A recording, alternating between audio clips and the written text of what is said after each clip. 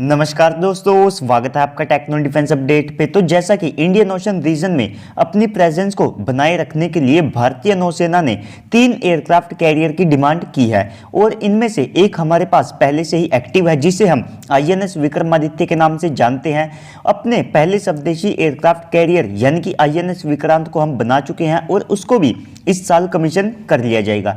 तो Indian navy के पास career born fighter jet के तौर पर 42 से लेकर के 45 यानी कि 42 से लेकर के 45 जो मिग 29 के फाइटर जेट हैं वे यहां पर मौजूद है। तो आईएनएस विक्रांत के लिए इंडियन नेवी ने 26 यानी कि 26 एयरक्राफ्ट के लिए टेंडर जारी किया है, जिसमें मिग 29 के, राफेल और साथ में जो अमेरिकन FA-18 सुपर हॉर्नेट के जो ब्लॉक 3 वेरिएंट है वे यहां पर शामिल है।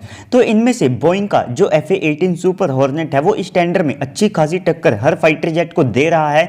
तो अगर भारत अपने एयरक्राफ्ट कैरियर के लिए 26 FA-18 सुपर हॉर्नेट के जो ब्लॉक 3 वेरिएंट है उनको लेता है तो इससे भारत को क्या क्या एडवांटेज और फायदे हो सकते हैं, साथ में भारत को क्या क्या मुश्किलों का सामना भी करना पड़ सकता है, तो इस सब के बारे में हम इस वीडियो में जानेंगे। तो चलिए दोस्तों अपनी वीडियो को शुरू करते हैं। तो दोस्तों सबसे पहले हम जान लेते हैं इसके एडवांटेज या फिर फायदों के बारे में। तो सबसे पहला जो फायदा होगा वो हमें ये होगा कि हमें एक लीथल और एक एडवांस एयरक्राफ्ट मिलेगा। तो दोस्तों जो FA-18 सुपर हॉर्नेट है इसे दुनिया का सबसे बेस्ट नेवल एयरक्राफ्ट माना जाता है। यूएसए द्वारा लगभग 700 से भी ज़्यादा जो FA-18 सुपर हॉर्नेट है उनको यहाँ पर बनाया जा चुका है और ये 80 के दशक का एयरक्राफ्ट है। और यूएसए के पास F-35 होने के बावजूद भी, जो कि एक 5th जनरेशन का फाइटर जेट है, तो उसके होने के बाद भी जो यूएस की नेवी है उन्होंने हाल ही में लगभग 78 यानी कि 78 एयरक्राफ्ट के लिए जो ऑर्डर हैं वे यहाँ पर दिए हैं, जो कि इसके ब्लॉक 3 वेरिएंट के हैं। और इस डील को यूएस नेवी ने लगभग $4 बिलियन में फाइनल किया है। तो जो ब्लॉक 3 है उसमें शोल्डर माउंटेड फ्यूल टैंक का इस्तेमाल किया गया है, जो कि लगभग 1580 किलोग्राम फ्यूल को कैरी कर सकते हैं। और शोल्डर माउंटेड फ्यूल टैंक होने के कारण इस एयरक्राफ्ट का जो एयर ड्रैग है वो भी यहाँ पर कम होता है। साथ में जो ट्विन सीट वाले वेरिएंट होते हैं तो उनमें जो फ्यूल की जगह होती है वो दूसरी सीट के कारण यहाँ पर कम हो जाती है, लेकिन वो भी यहाँ पर कम नहीं होगी। और इसके अलावा यहाँ पर एयरक्राफ्ट की जो परफॉर्मेंस है उसके ऊपर भी कोई असर नहीं पड़ेगा। तो इसमें APG-79 AESR डार का इस्तेमाल किया जाता है, जो कि 3 मीटर स्क्वायर के RCS वाले टारगेट को 250 किलोमीटर की रेंज के ऊपर डिटेक्ट कर सकता है। जबकि जो राफेल में RB-E2 AESR डार लगा है तो उसकी जो टोटल रेंज है वही लगभग 180 किलोमीटर तक है। साथ में जो FA-18 सुपर हॉर्नेट है तो उसमें अब इंटरनली जो IRST सिस्टम है उसको भी यहाँ पर लगा दिया गया है, जो कि लगभग 100 किलोमीटर की रेंज के साथ आता है। तो जो एयरक्राफ्ट में AESR डार का इस्तेमाल किया जाता है तो जब वो एक्टिव होता है तब वो अपने सामने वाले फाइटर जेट को उसका जो RCS है उसके तौर पर डिटेक्ट करता है। लेकिन जो IRST सिस्टम होता है ये सामने वाले फाइटर जेट की जो इंजन से जो हीट सिग्नेचर निकलते हैं तो ये उनसे सामने वाले फाइटर जेट को डिटेक्ट करता है। और ऐसे में सामने वाले फाइटर जेट का जो लो RCS है वो भी उसे डिटेक्ट होने से नहीं बचा पाता है।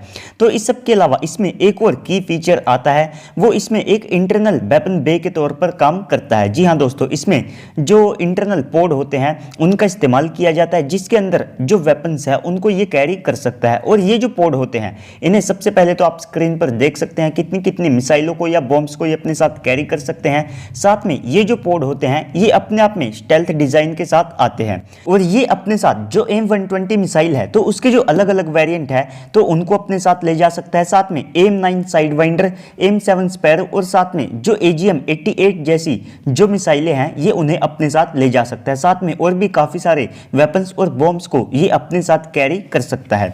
तो इसके बाद अगला जो बेनिफिट भारत को मिलेगा वो होगा कॉस्ट में। तो देखिए दोस्तों, जो FA-18 सुपर हॉर्नेट है तो उसका जो बेस प्राइस है वो लगभग $70 मिलियन के आसपास है, यानी कि 70 मिलियन। लेकिन इसके बाद अगर आप बात करें राफेल फाइटर जेट की तो उसकी जो कॉस्ट है यानी कि उसके एक यूनिट की जो प्राइस है वो लगभग 85 से लेकर के $90 मिलियन तक है। और इस सब के अलावा भारत कर कराकर भी यहाँ पर उसे आप कह सकते हैं कि $80 मिलियन के आसपास ही ला सकता है। यहाँ पर हमको वो FA-18 के प्राइस में नहीं मिलेंगे। साथ में भारत के बोइंग के साथ एक बड़े स्केल पर जो टाइस हैं वे भी यहाँ पर है, जिससे कि हम उनके साथ डिफेंस सेक्टर में मिलकर के काफ़ी सारे जो डिफेंस वेपन्स हैं उनको बनाते हैं। साथ में उनकी हम एक सप्लाई चेन का हिस्सा भी हैं। तो ऐसे लगभग 700 से ज़्यादा जो फाइटर जेट है वे यहाँ पर बनाए जा चुके हैं, यानी कि इनका जो प्रोडक्शन रेट है वो यहाँ पर काफ़ी ज़्यादा बड़े स्केल पर किया गया है और जो प्रोडक्शन रेट है वो पहले से ही ज़्यादा है, तो इसके कारण भी यहाँ पर इसकी जो यूनिट कॉस्ट है वो भी काफ़ी ज़्यादा कम है। साथ में इसके अलावा इसमें जिन वेपन्स का इस्तेमाल किया जाएगा तो वे जो वेपन हैं वे यहाँ पर यूरोपियन वेपन से भी यहाँ पर सस्ते होंगे। जैसे कि M120 मिसाइल को अगर आप मीटियोर मिसाइल से कंपेयर करते हैं तो M120 का जो प्राइस है वो भी यहाँ पर कम होगा। और इसके अलावा जब भारत ने नए राफेल खरीदे थे तो वे लगभग यहाँ पर 8.8 बिलियन US डॉलर में हमको पड़े थे, जबकि यूरेशियन टाइम्स ने यहाँ पर रिपोर्ट किया है कि अगर हम 26 FA-18 को खरीदते हैं तो ये जो डील है ये 24,000 करोड़ से लेकर के यहाँ पर 30,000 करोड़ में फाइनल हो सकती है, यानी कि 3 से लेकर के 3.5 बिलियन US डॉलर में। और इस सब के अलावा जो राफेल है तो उसकी जो फ्लाइंग पर आवर कॉस्ट है वो लगभग 16,000 US डॉलर है, जबकि जो FA-18 सुपर हॉर्नेट है उसकी फ्लाइंग पर आवर कॉस्ट यहाँ पर 10,000 डॉलर है, यानी कि यहाँ पर भी भारत को कॉस्ट में एडवांटेज मिलेगा। तो जो यहाँ पर इस एयरक्राफ्ट की कॉस्ट है तो उसमें डेफिनेटली भारत को एक बड़ी एडवांटेज मिलेगी। तो इसके बाद जो थर्ड बेनिफिट होगा वो ये होगा कि हमको एक मेंटेनेंस फ्रेंडली फाइटर जेट मिल जाएगा। तो अगर आप पास्ट को देखते हैं तो भारत को रशियन फाइटर जेट के साथ यहाँ पर इतना अच्छा एक्सपीरियंस नहीं मिला है, यानी कि उनकी जो मेंटेनेंस है वो काफ़ी ज़्यादा होती थी। इसके बाद उनका जो सर्विस अवेलेबल रेट है वो बड़ी मुश्किल से हमको 60% के आसपास मिल पाता था। लेकिन जो FA-18 सुपर हॉर्नेट है उसके साथ ये जो समस्या है वो नहीं आएगी। 70 से लेकर के 80% एयरक्राफ्ट जो है वे हमेशा फ्लाई के लिए रेडी रहेंगे। साथ में जो थोड़ी बहुत मेंटेनेंस को लेकर के कमियां थी तो उनको यहाँ पर जो इसका ब्लॉक 3 वेरिएंट है उसमें सुधार लिया गया है। और इसके अलावा जैसा कि मैंने आपको पहले ही बताया कि इसकी जो फ्लाइंग पर आवर कॉस्ट है वो राफेल से लगभग 6,000 US डॉलर कम है।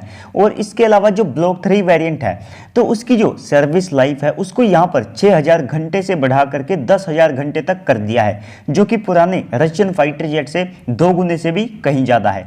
तो जो FA-18 सुपर हॉर्नेट है इसमें जो GE के F414 इंजन है उनका इस्तेमाल किया जाता है। और इन्हीं इंजन का जो इस्तेमाल है वो भारत अपने तेजस MK2M का और साथ में जो टेडीबीएफ जैसे जो फाइटर जेट है उसमें भी करने वाला है, यानी कि भारत में इन इंजन की जो मेंटेनेंस है उनको लेकर के एक लंबे समय तक जो फैसिलिटी है वो यहाँ पर रहने वाली है। और इसके अलावा तेजस MK2 के लिए भारत पहले ही 8 जो GE के F414 इंजन है उनकी डिलीवरी भी ले चुका है, यानी कि वे इंजन भारत में आ चुके हैं। साथ में फोल्डेबल विंग्स होने के कारण ये जो एयरक्राफ्ट है ये INS विक्रमादित्य और साथ में जो INS विक्रांत दोनों एयरक्राफ्ट कैरियर के ऊपर बिल्कुल फिट आ जाता है। तो इसके बाद भारत को जो चौथा फायदा मिलेगा वो ये होगा कोऑर्डिनेशन और साथ में US के साथ जो हमारे रिलेशन है वे और ज़्यादा स्ट्रॉन्ग होंगे। तो भारत पहले से ही क्वाड का हिस्सा है और लगातार क्वाड को क्वाड प्लस बनाने की बात कही जा रही है, जहां पर फ्रांस, साउथ कोरिया और साथ में UK जैसे जो देश हैं वे यहाँ पर आना चाहते हैं, यानी कि ज़्यादातर वेस्ट या फिर USA के वेपन्स को ऑपरेट करने वाले देश इसमें आना चाहते हैं। तो इन सब के साथ यहाँ पर अगर हम FA-18 को लेते हैं तो कम्युनिकेशन और साथ में जो कोऑर्डिनेशन है उसको बनाने में और ज्यादा यहाँ पर भारत को मदद मिलेगी और साथ में आसानी होगी। और साथ में भारत पहले से ही P-8I विमान को इस्तेमाल करता है। MH-60 भी हमें जल्दी मिलने वाले हैं। अपाचे हेलीकॉप्टर हम ले चुके हैं। जो प्रेडिटर ड्रोन है इनकी भी डील भारत जल्द फाइनल कर सकता है।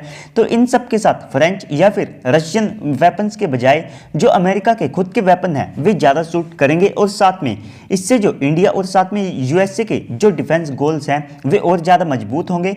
और जो बैका और कोमकासा जैसे हमने एग्रीमेंट किए हैं ये भी यहाँ पर और ज्यादा मजबूत होंगे। और इसके अलावा US और साथ में जो रूस है इन दोनों के बीच लगातार हर साल जो टेंशन है वो चलती रहती है। तो ऐसे में इस तरह की जो डील है ये दोनों के बीच एक बैलेंस को क्रिएट करने में भारत की मदद कर सकती है।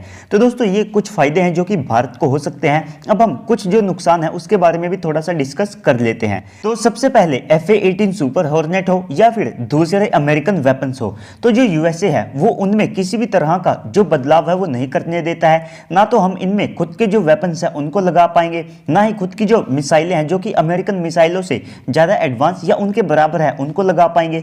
जो खुद के जो रडार एवियोनिक्स है उनको भी हम इसमें इंटीग्रेट नहीं कर पाएंगे, जैसा कि हम रशियन या फिर फ्रेंच फाइटर जेट के साथ कर सकते हैं। साथ में USA से इतने सारे वेपन्स को खरीदना तो हमारी जो निर्भरता है ये USA के ऊपर और ज़्यादा बढ़ाएगा। और इस सब के अलावा खास तौर पर फ्रंट लाइन फॉरेन वेपन्स को खरीदना।